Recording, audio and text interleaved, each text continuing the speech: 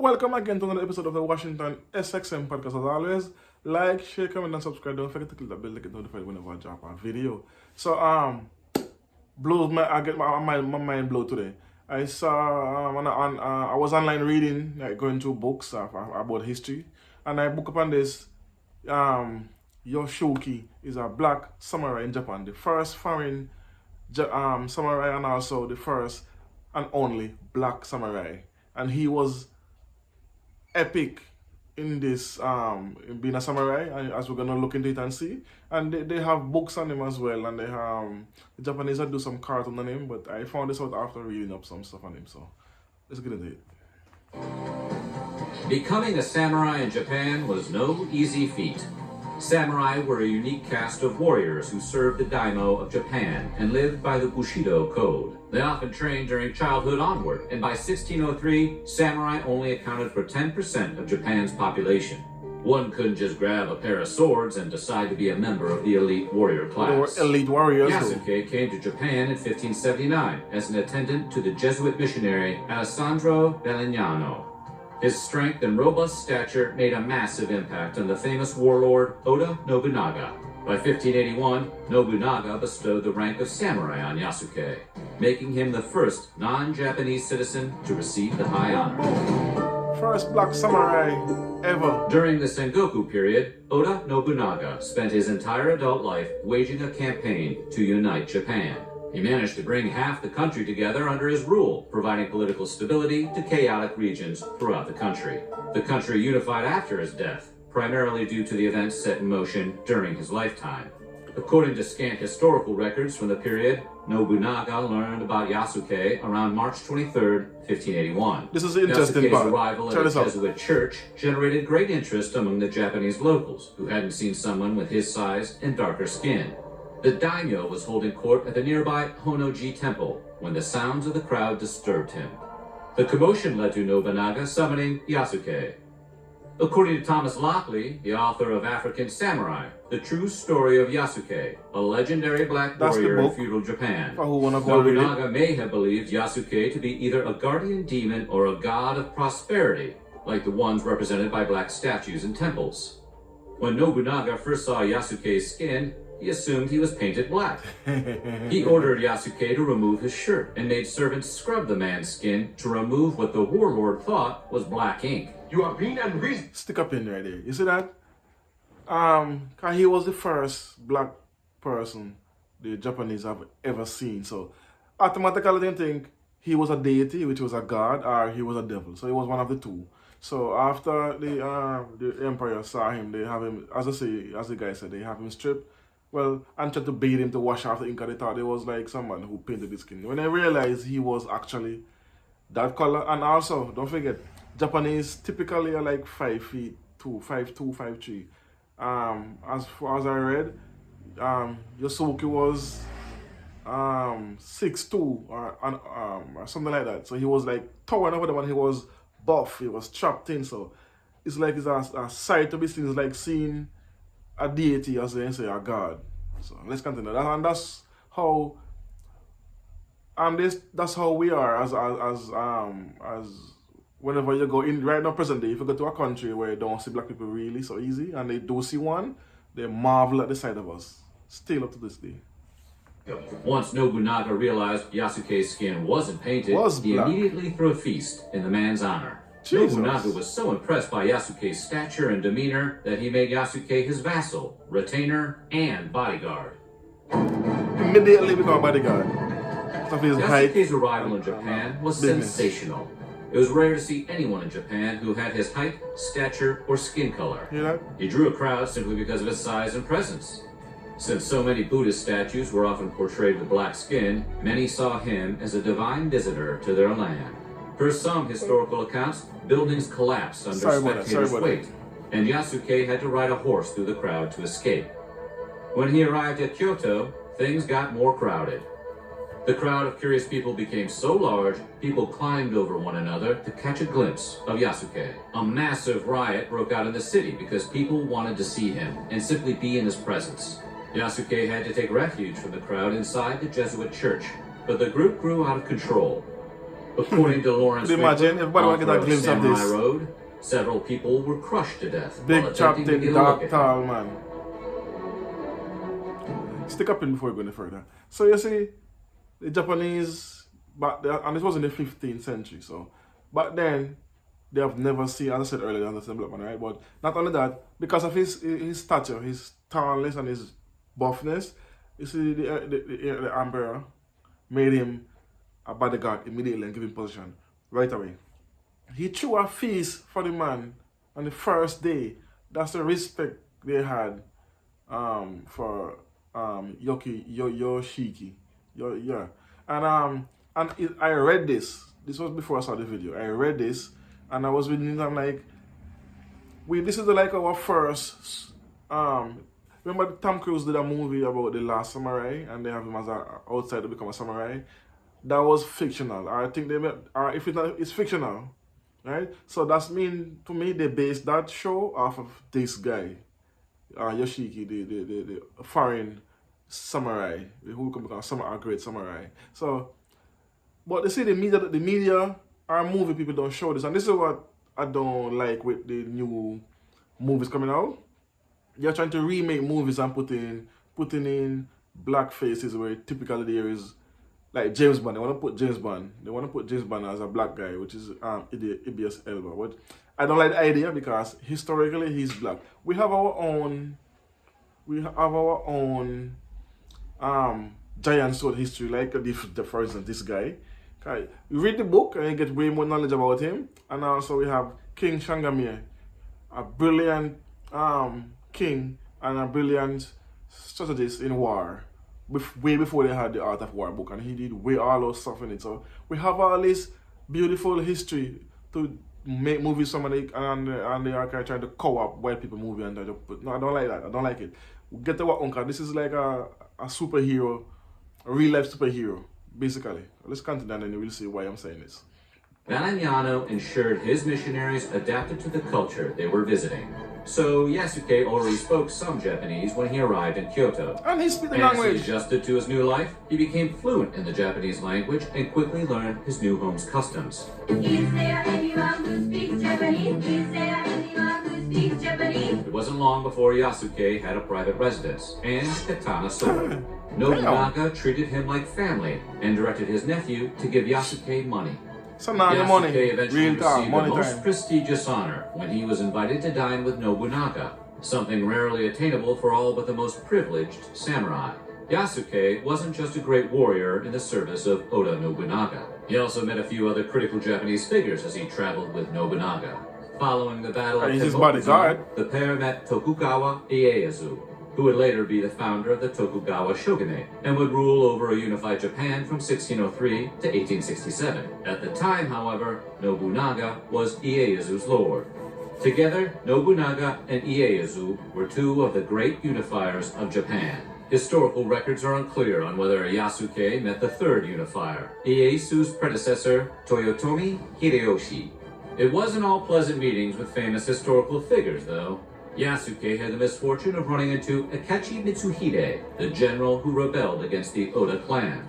Known as the assassin of Nobunaga, Mitsuhide served a 13-day reign as shogun before being defeated by Hideyoshi in the Battle of Yamazaki. Shortly after their Naturally, meeting, Black written Samurai records of Yasuke prevailed. disappeared from recorded history. Yasuke's true origins are uncertain. There are no contemporary accounts of his life before arriving in Japan, and very little information beyond what was recorded at the time. No one really knows where he came from, or how he came into Vignano's service, but he was likely an attendant or slave to the priest. Some sources suggest he was a victim of the European or Arab slave trades. It's still Most the subject likely, of speculation the in books and Atom- stories about Yasuke today. Stick up in. I think that at that time, the slave traders at that time in the 15th century, 14th century, and the 15th century was the Ottoman Empire, which was the Arabians them. So that part is factual because I remember I did a video on that. That's how I remember that the Ottoman Empire was all over the them times. So it's possible because they don't know his origin, where he originally come from. They don't know his name, his date of birth, or when he nothing or whatever. So they gave him a name when he reached Japan, which is the Yoshiki, the emperor did, and yeah. So let's continue. 'Cause I don't want to talk too much. Some accounts from the period suggest he came from the Congo, Angola, or Ethiopia. He may have also been a member of the Dinka from South Sudan, as they are among the tallest men in Africa. But it's most likely he came from Mozambique, according to information in a 1627 account published by Jesuit Père François Solier. Solier's account is also suspect, however, as the source of his information is unclear. Yeah. Yasuke's age wanna and place him name are somewhere. also a mystery. I Various just said that. sources state I his read that age to be somewhere. anywhere between 16 and 28, with several primary sources contradicting each other.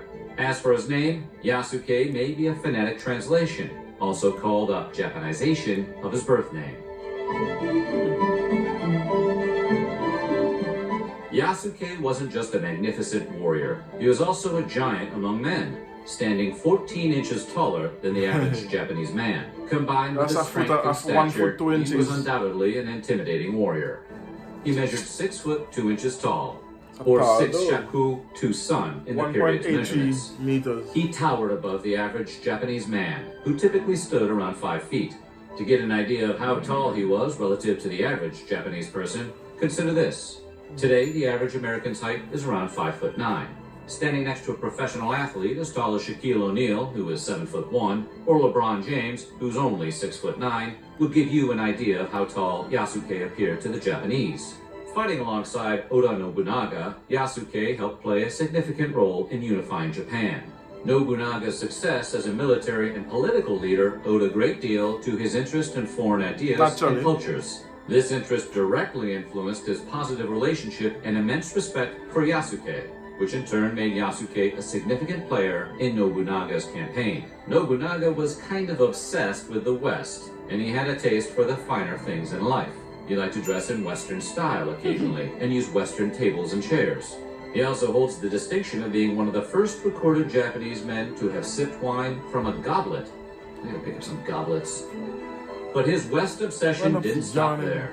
Nobunaga's interest in the West also revolutionized warfare in Japan.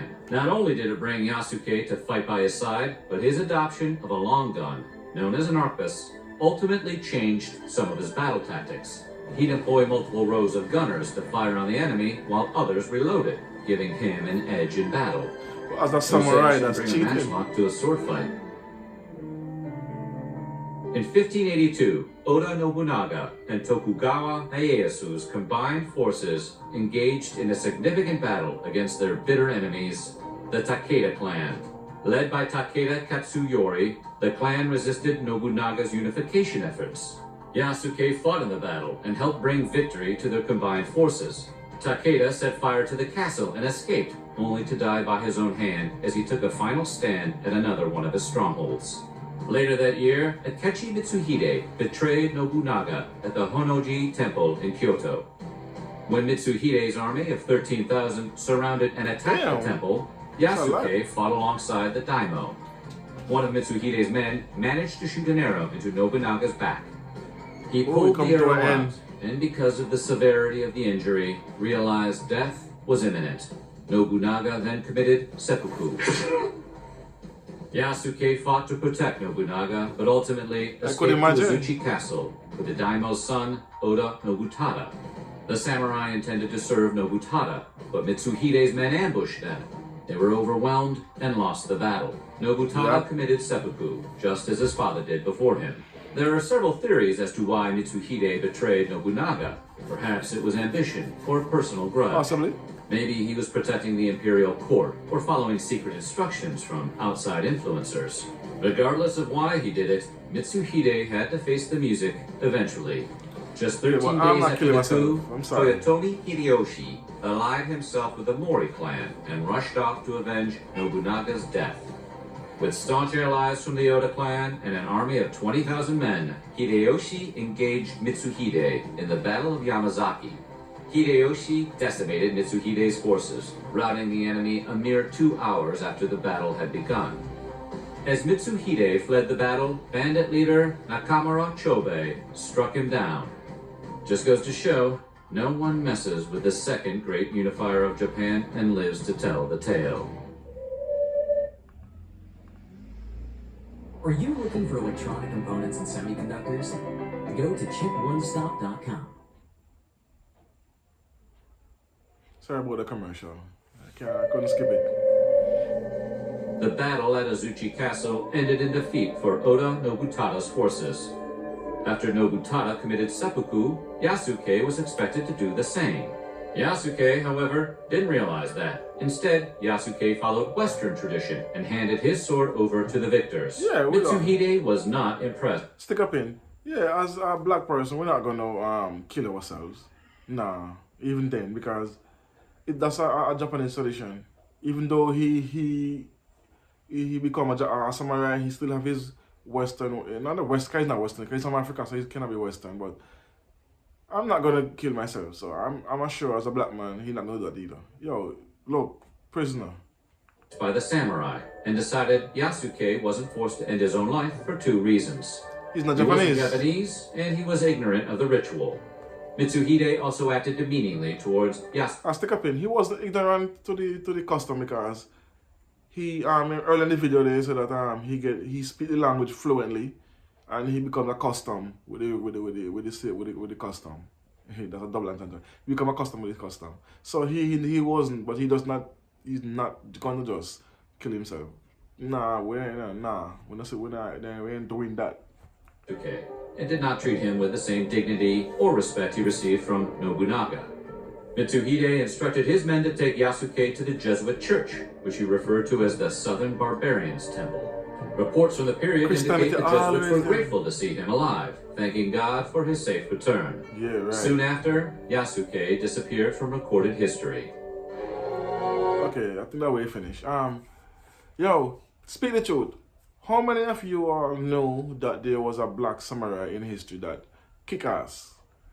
The bodyguard to the big man, which is like the president then. So there's the king or the emperor. He was his bodyguard. He get a house. He get a feast. He was put in charge of the army, and he was undefeated in battle. See, man have two swords.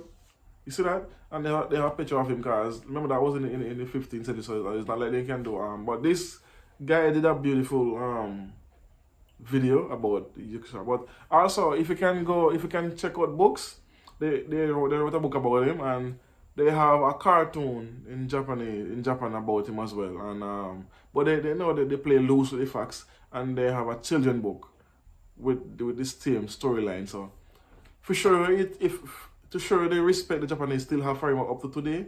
So I'll tell you, black people, we have been doing great things throughout history, and I can't see why we are again back to this movie thing when they put Halle Berry for the new Ariel, and I hear that with Troy, with the one that Brad Pitt did, Troy the movie, they're gonna switch him out and put in a black actor. To me that's the dumbest thing you can do because that makes no sense to me. We have too much of history and too much of legendary heroes from in the 15th, 16th, 17th, 18th century, kings who repel the West, the Portuguese from the Congo. Literally dismantle the army, and they have to return slaves when they lose to King Changamire. You have King Nakawa. We have so many great kings throughout history. So I don't understand why we need to do this. We need to do that. Anyway, I hope you guys learned something and go get the book and read the book. You can get more insight on Yasuke, or however they pronounce it. And then to see the full scope of the greatness of what he did do, and it was never replicated since. So we see, we live and we learn. We learn something new today. So big ups to the History Channel. Anyway, you don't know. Peace, one love, boom.